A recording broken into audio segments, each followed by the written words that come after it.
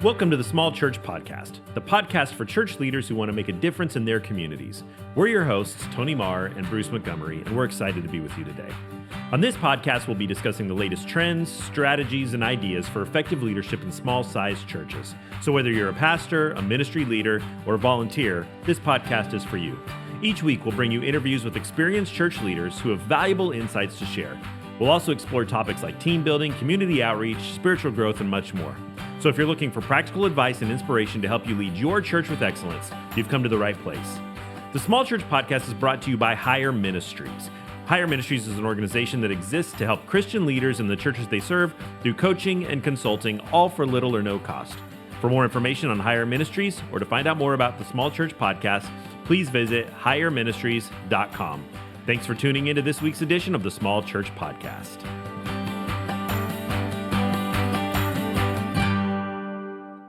Bruce Montgomery, for the second week in a row, I'm alone at my table at Aunt B's. Where are you, my friend? Well, I'm still hungry, looking things around, but sometimes things my wife wants to do aren't at the same time I want to do things, and I have to work with that. And you're gracious enough to let me come here this way and not have to be dressed for anything. So I'm in my jammies, just waiting for things to get going. Bruce, the Small Church Podcast is taking off. It is burning like a wildfire. I think that our subscribers are up over 25 now. We're averaging about 25 to 35 listens per episode.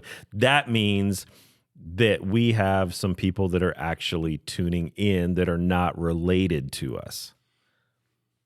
That's amazing. I'm thrilled about that. I've been telling everybody I know to listen in, to get online and be with us, and I'm glad that people are doing that. And I just see this growing and growing for us. So, Bruce, I haven't seen you in a couple of weeks now, and you're getting ready to take off on a trip. You're heading over to the sunny state of Florida. How have you been? We're Tony, we're in the process. We're homeless right now.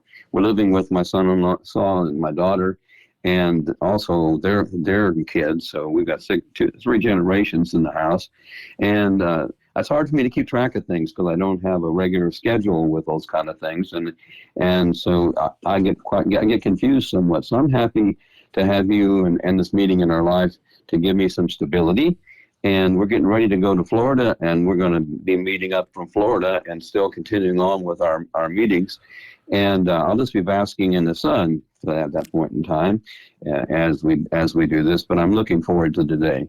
I'm looking forward to what Karl has to tell us and share with us, and the ways we can help or give suggestions like Greg did last week to people who are in small group ministries or thinking that maybe small group ministries is too small for them. It's not. And how to help them get that attitude change, and how to help them work in those kind of settings like Karl does and like Greg did and so many others are doing. Bruce, you're heading off to Florida in a couple of days.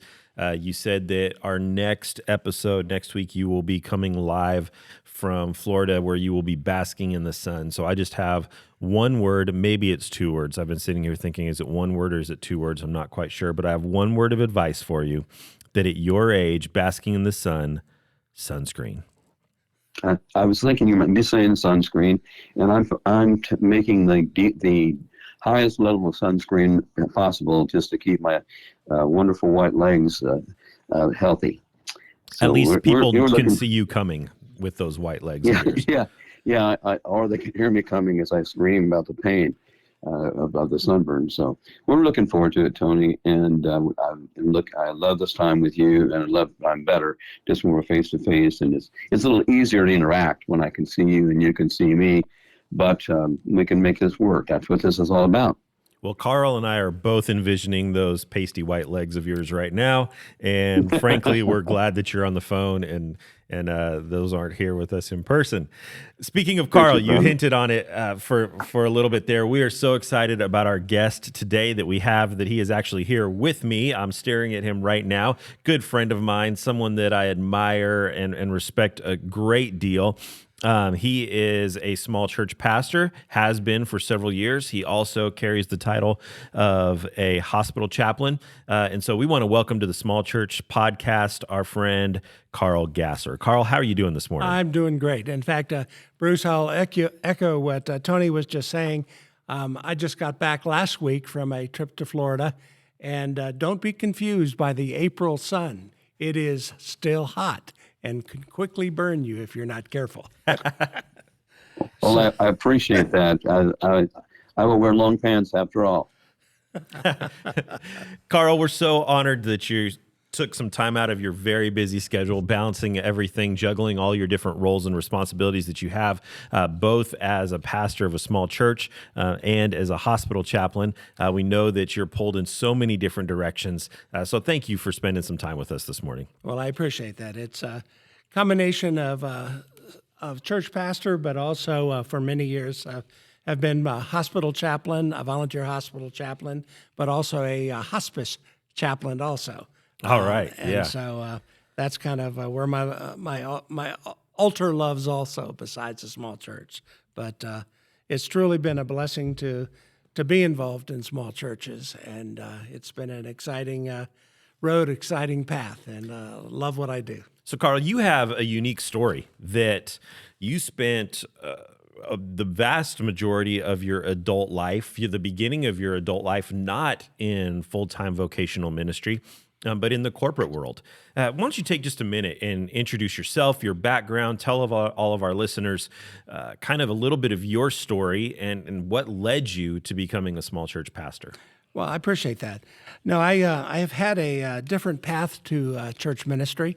I actually was planning on heading, when I was in high school, planning on heading into aeronautical and aerospace engineering, and had been accepted at a school.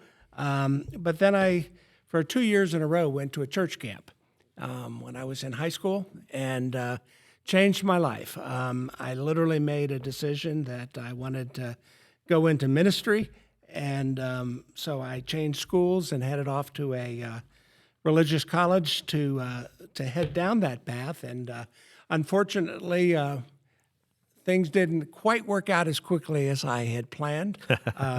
I had some significant theological differences between a couple of my professors that were at that college, and I look back and think I gave in too easy, and ended up working in the corporate world. I ended up working for McDonald's Corporation for a little over 25 years. Wow. Worked up in the corporate headquarters and traveled all over the world and the country, putting in new products and things with McDonald's, and ended up finally leaving the company and going as an owner for a short while down in Texas. And after doing that for a number of years, the Lord finally came to me, and through a series of things that were going on, I began to get a little frustrated with that world, and the Lord kind of quickly reminded me that other things were important in life. We lost a teenage child, which does definitely affect your life. Yes, and definitely. But that, and then moving, the Lord kind of finally said, we did it your way for 25, 30 years, and now we're going to do it mine. And it was exciting. I initially headed back into some prison ministry and spent, 5, 6 years in prison ministry, working with in a maximum security prison, on weekends and stuff. And that really kind of led me to, when I moved back up here to the Tennessee area, to make the decision to go back into ministry full time. And I finished my degree at Emmanuel Christian Seminary, and got into small church ministry. In fact, the first church I went to was very small. When I got there, we had about 18 to 20 members maximum on a Sunday morning. That fits the definition of a small church. So it was an exciting time, though. I've looked back now, and I wondered why I didn't do this sooner. I'm having a wonderful time. The Lord just keeps opening new doors of opportunity, and it's just been truly exciting. That's great to hear. Karl, one of the big things that we want to talk with you about today on this episode is the role of a small church leader and the characteristics specifically of a small church leader. Small church leaders, tend to carry a different role than that of a ministry leader in a larger church. And something that we the way we define small church is an average Sunday attendance of 150 or less than 150 people. Not necessarily membership, because a lot of times your membership can be quite a bit higher, but your Sunday attendance is 150 or less. And for the leaders in a small church, the characteristics are often the same of those of a ministry leader in a larger church, but the roles can be quite a bit different. You're juggling many different hats. You have a lot more responsibility on your shoulders. So can you take just a minute for us and describe kind of that unique role that a small church leader has? Well, and that's very true. The aspects of a small church leader really are different. In that you find yourself not only doing your typical things of preaching on Sunday morning and Wednesday nights or Tuesday nights, depending on what your church does, but you also find yourself in roles that are really unexpected. One of the things at the first church that I went to was the fact that, kind of in your definition, we had probably 50 people on the roll, but only had an average attendance of about 18 to 20. And in those roles, you don't have the staff behind you. You also are more than likely, when you're having a church that size, this is a full-time position, but part-time pay. So usually you have Definitely. other disciplines you're having to do, other things you're having to do. Bivocational, to be able to support your family. The church I went to was very unique. It was in a very rural, very country area, and you're finding yourself not only preaching and teaching, but you're finding you're having to educate oftentimes on other aspects of church ministry. The initial church I went to, a lot of issues on basic financial things. You find yourself doing things and leading people and trying to update churches and things when they've been doing things a certain way for a long time. Yeah. And trying to bring them up and saying, well, really, the law sort of suggests that we want to do it this way. And, so you're trying to lovingly teach and move people forward in different ways on different topics, everything from church leadership to church design to trying to get people to realize how things are changing with the youth. And, and I think sometimes people forget that they get used to doing things the way they've always been done. Right. And sometimes you've got to try to bring a different aspect to that to try to remind them that, well, have you considered the possibility of doing this? In a gentle way. In a gentle way. Yeah. That's exactly it. Karl, one of the things that we look at in characteristics of a small church leader, one of the things that really intrigues me with your story is that I think one of the main things that you have to have as a small church leader, as any church leader really, is a passion for the church. You have to have a heart for Christ's church. You were living a life that really was exemplary of the American dream. Okay, you were a high-ranking corporate official at one of the top corporations in the world, the McDonald's Corporation, and then from there you owned your own McDonald's restaurants, which I think for the outsider seems to think, wow, you were living the life. You owned your own restaurants. You were high in management positions. You were probably making way more money, a lot more money, and driving nice cars, wearing nice clothes. And yet you gave all that up to be a small church pastor. what happened in your heart to take you from that place, and what drew you to that? Well, I think it was a change. I mean, I'll be real honest. The tragedy of losing one of our sons certainly makes you refocus your life a little bit and say, wow, what's really important in my life? Now, after our son passed away, that's when I became an owner-operator. So we still were actively involved in the business world for many years after that. But it kind of changes your focus, and it kind of changed my focus. And I kind of got reignited my passion that I had when I was a youth at camp. When I started, the thing that my wife and I say, the thing that really kind of got us off of focusing on the loss of our son was when we went out and started helping others. And it started simply as innocently as trying to serve others in prison ministry, and realizing that in this world, a lot of people are going through a lot of different things. And I realized that it's only through your love and trust and compassion for others that Christ tried to show us that you really can find meaning in life.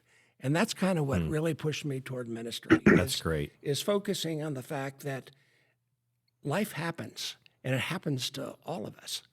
And we've got to move forward and be willing to try to help others on that walk. And that's kind of what kind of moved me back into the ministry, was the focus of, yeah, I can have the financial side, or I can really make my life mean something to me and to the Lord by getting back into maybe modeling my life a little more toward the life like Christ did.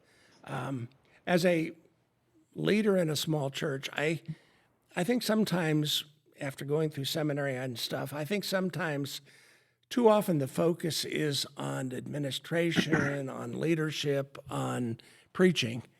And I kind of view, if you're going to get into small church ministry, you have to have more of the life of Jesus as the shepherd. And you've got to be more of a shepherd than you do as an administrator. Because as a small church pastor and leader, you have to put on many hats. It can't just be sitting in an office. It's about loving people. It's about meeting people where they are. It's about adjusting to life situations that people are going through.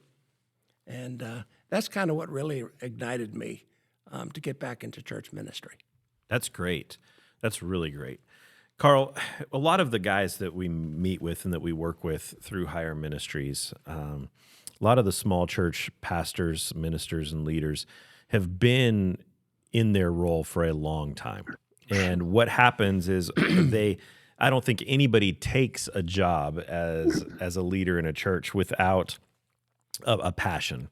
They think that God is going to do incredible things in them and incredible things through them at their church. And he does do incredible things in them and through them, just maybe not the way that they envisioned. It doesn't look the way that they thought. And so after 5 years, 7 years, 10 years, 12 years, 15 years, they find themselves just going through the motion. How would you speak to someone who's in that place, and how do you maintain your passion for the local church? Well, and I think that's very true at times. You can, like with any position in any job, you have what I will say highs and lows. You have mountaintop experiences and then valley experiences. And you've got to realize that that's just part of life.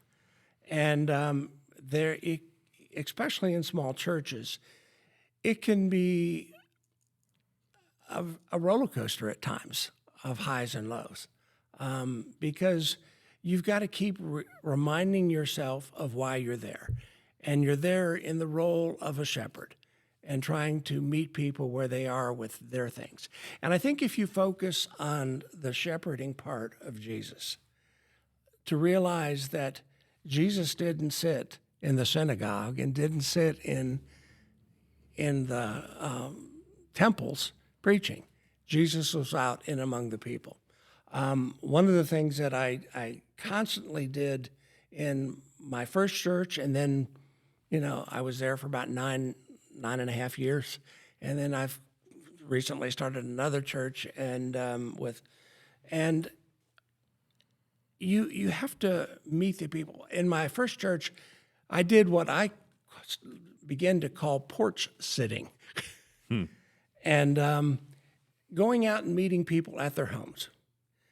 And I know it's foreign to a lot of our younger pastors That's today. a very dead concept right now. Yeah. It's a concept that, when you look at the life of Jesus, he didn't sit in the synagogue. He went to the synagogues on Sunday, preached and taught there, but the rest of the week he was out where the people were. And out in the initial place I was, it was a very country and rural area. And I would go out to people's house, and literally we would sit on the porch. I made the mistake one time of scheduling 2 visits on the same night, one at 6 and one at 8:30. You were late to that 8:30 one. I was. They're still waiting on they you. We were late, and I said, now, it's going to be probably almost 9 o'clock by the time I can get there. And they said, oh, come on anyway. And we were there till about midnight. So after that, I only scheduled one porch sitting event a night. But it was, people have things going on in their lives, and they want to talk about it. They want to have you share in those experiences with them. And if you're not willing to get out and meet with your people and share with them, you're missing a golden opportunity as a pastor to really develop the relationships with people. And when you are willing to do that, it really drives the excitement in those churches, because now you become truly much more of a family. And as the family grows and you see people grow, there's that excitement of seeing people learn, seeing people experience things that either you or they never thought would happen.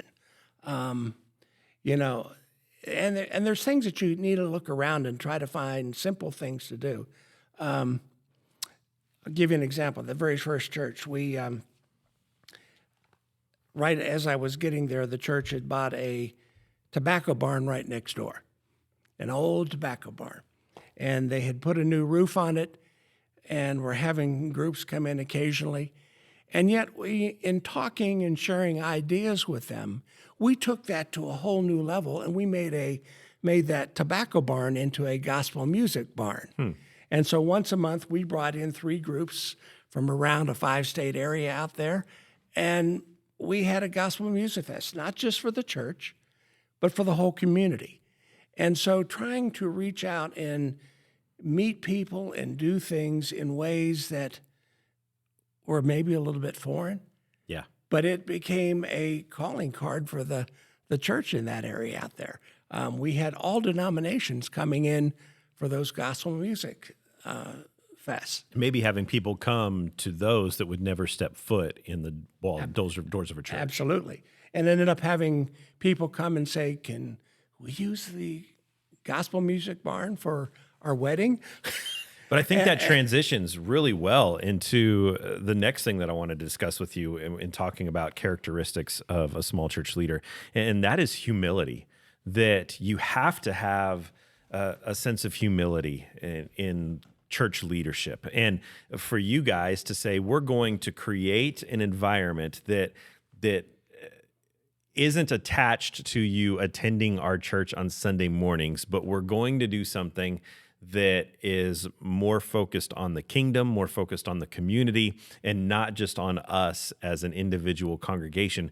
That took a sense of humility from you and your leadership.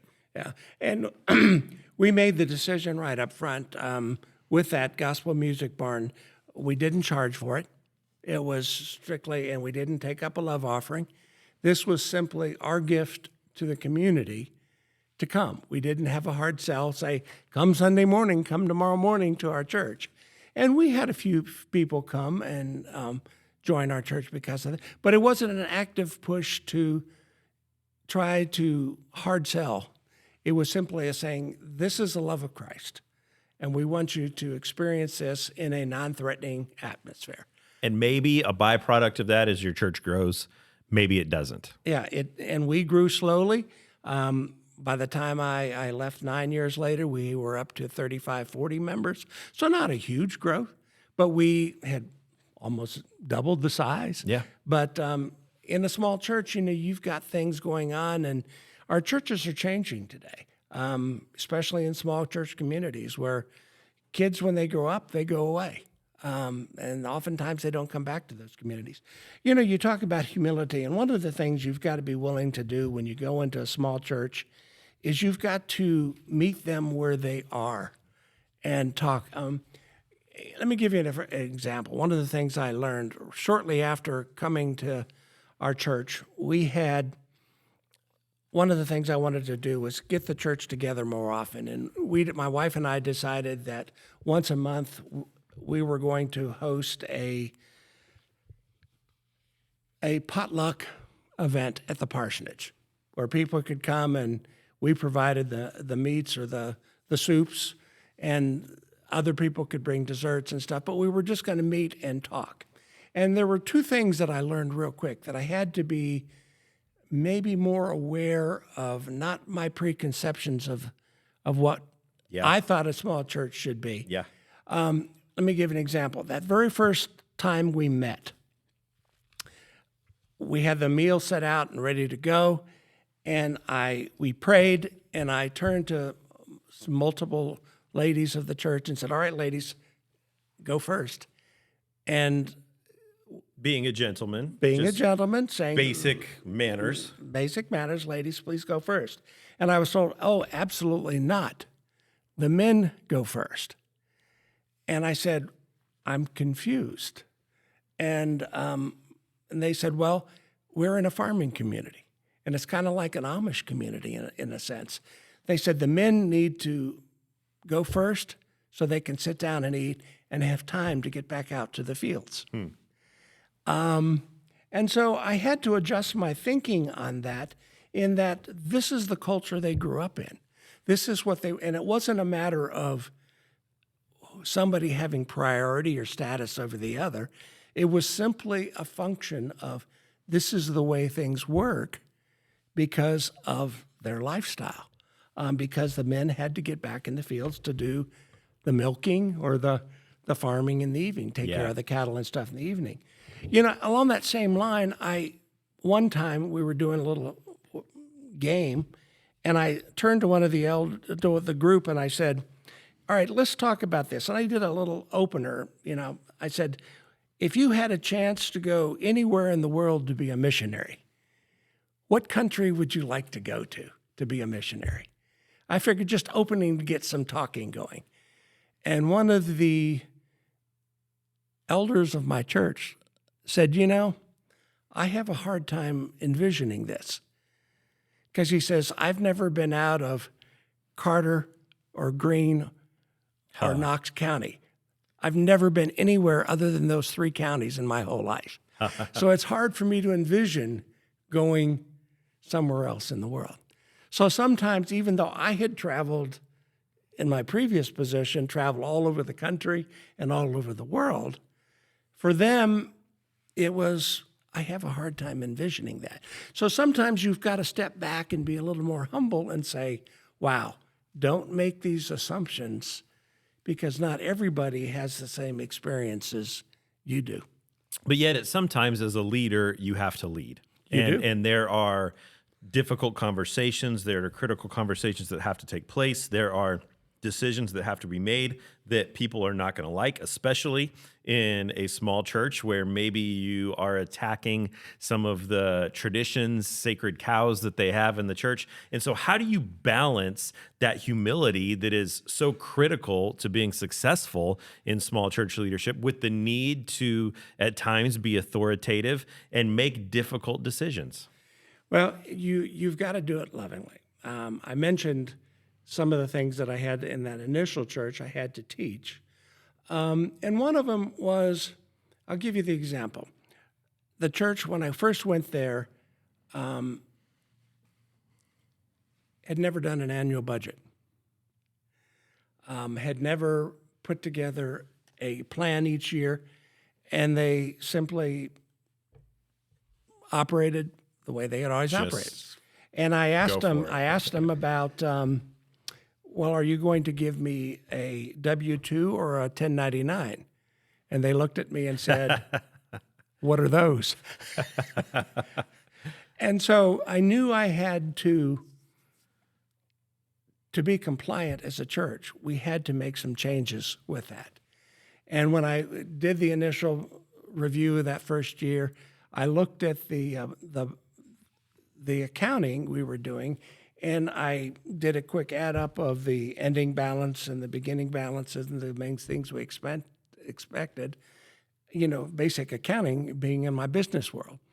Yeah. And when I looked at it, I said, these things don't exactly balance.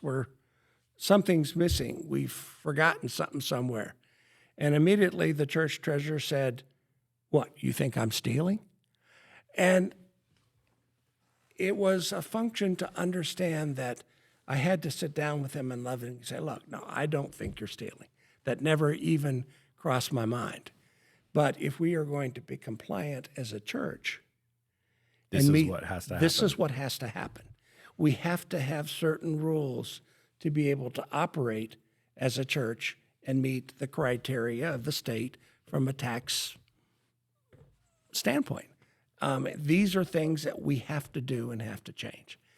And so it took a lot of time. It took me probably 2 or 3 sessions of training with the elders and the financial group to say, all right, patiently, this is what we've got to work toward. You tell me how we can best do that. So I've learned a long time ago, especially in business, that if you're going to be successful, you've got to get their buy-in. So I could have sat down and said, this has to happen this way.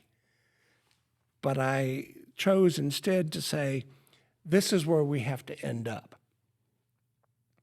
How do we get there? How do we get there? Yeah. You tell me how we get from where we are to where we need to be. So what do you do if not everyone's in agreement on what that bullseye is, what that finish line is, where we need to end up is?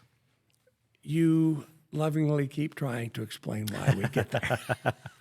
And it took, for instance, in some of those areas, it took me going and literally printing off the tax code and the laws to say, don't just trust me. Take this to our accountant and ask your accountant about this. Yeah. And so sometimes you've just literally got to patiently love them toward that destination. And that's what it takes. I mean, it wasn't a function of being antagonistic or trying to demand things happen, but it was, guys, this is the reality. Kind of like when you go to the Bible, you say, this is the truth of the Bible. These are the things that are not negotiable. How do we get from where we are to make sure we're following the laws of the Bible? Yeah. It's kind of the same thing sometimes. You've got to kind of bring it back to the Bible and use examples in the Bible of how and why we need to be where we are. Yeah. I think another key characteristic of a small church leader is flexibility. And you have so many more responsibilities and demands on you than many other people in life. You know, most people go in, they clock in at 9 o'clock, they clock out at 5. They can leave the responsibilities of work behind them until the next morning when they wake up. But for a small church pastor, you're always on the clock. There is no clock in, clock out. And at a moment's notice, your agenda, your calendar can be completely upended. We were hoping to have you on the podcast last week. And because of some scheduling changes you had coming back from vacation and having other responsibilities going on, we weren't able to make that happen. And so there's this flexibility that has to be present in the characteristics of a small church leader. Can you share a time when you had to be flexible in response to an unexpected situation in your church, and how did you handle that? Well, I guess I'd have to say, in thinking about that one, there are times when things arise that you just have to adjust on. And in a small church, like any church, we have people that don't always get along, people that have different life issues that come up and change things. Probably one of the most difficult situations that I had to deal with in my church one time was we had on Mother's Day, I had this wonderful Mother's Day sermon planned.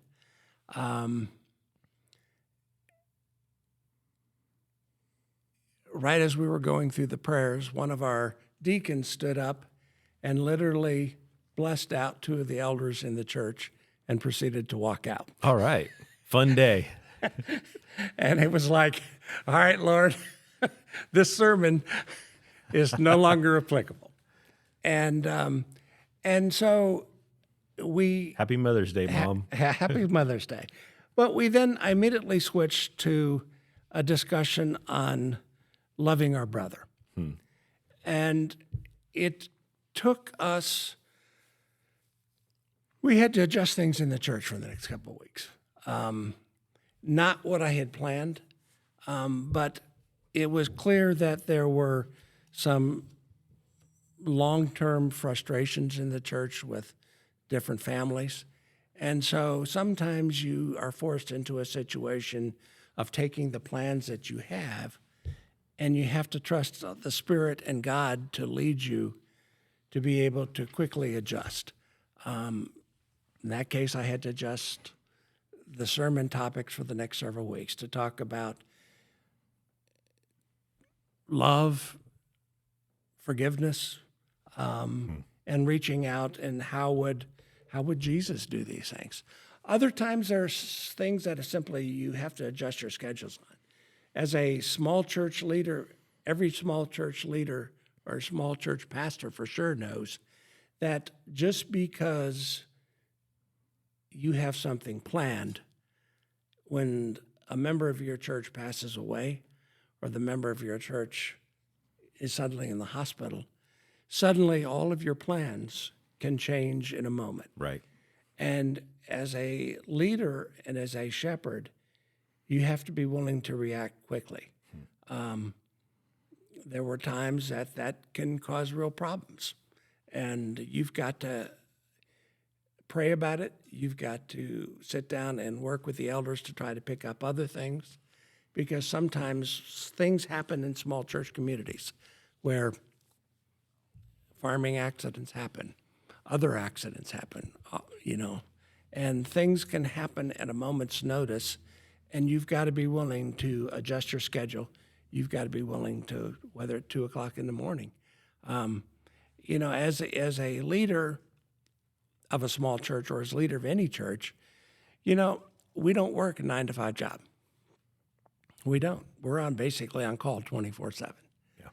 And that's just part of the life we chose. I mean, if you look back at the scriptures of Jesus' ministry, how many times did he try to go away with the disciples and be off by themselves to get care time? Right. And yet, time and time again, people would show up, or time and time things would happen, and he would have to adjust.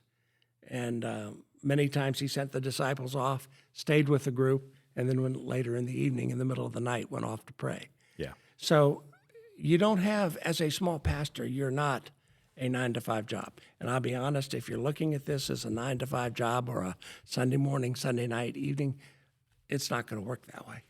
So, if you had the opportunity to sit down with someone who was thinking about going into small church ministry, someone either just graduating from Bible college or seminary, or maybe someone like you that as a second career looking and going to ministry, and they find themselves with an opportunity in a small church, but they look at some of these characteristics that we've discussed, flexibility, humility, passion for that, and they look at those and they say, well, I'm not good at... I'm a calendar guy. I'm a detailed planner. I have my to-do list that's ready to check off. And if something interrupts my calendar, that throws me off. what would you say to someone who is thinking about going into small church ministry about the importance of these different characteristics? Well, I think it's important that you still have your plans. It's important that you can be able to sit down and look ahead. Because the one thing you've got to be careful of when you get into a small church is that you don't become a firefighter. Because in a small church, you can easily get tied up day to day and hour to hour with all the things going on. You've still got to have your plan. You've still got to have your long-term focus. The difference is in a small church especially, you may have to adjust that and tweak that on a regular basis. But you've got to still have your plan. So I would say don't be discouraged by the fact that you occasionally may have to change things. They can be done. And I'll give you an example. In our smart church, we suddenly had more people having conflicts with a Wednesday night service. So we moved it to Tuesday night. So there are things that when you get down and sit and talk to the elders about, and talk to the leaders of the church about, if you talk and work as a group, you can find ways to get through a lot of those seemingly mountains that you've got to climb. Yeah.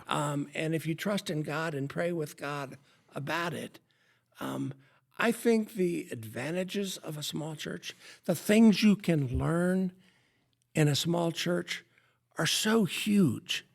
The passions and the love, and you truly can get a sense of Jesus's mission and ministry as a shepherd. Constantly Jesus says, I am the good shepherd. I am a shepherd. And I think if we focus only on the big churches and the administrative part of things or the teaching part of things, we miss that side of Jesus that's so important in the life of this church today. Yes, we definitely do. Well, Karl, that was a great way to close things out for us today. We didn't even get to touch on all of the work that you do with your hospice ministry and chaplaincy, so we'll have to have you back another time on another episode of the Small Church Podcast to discuss some of that. Bruce, I want to thank you for being with us via remote access this week. And enjoy your trip to Florida. We want to thank everyone for being a part of the Small Church Podcast, for tuning in.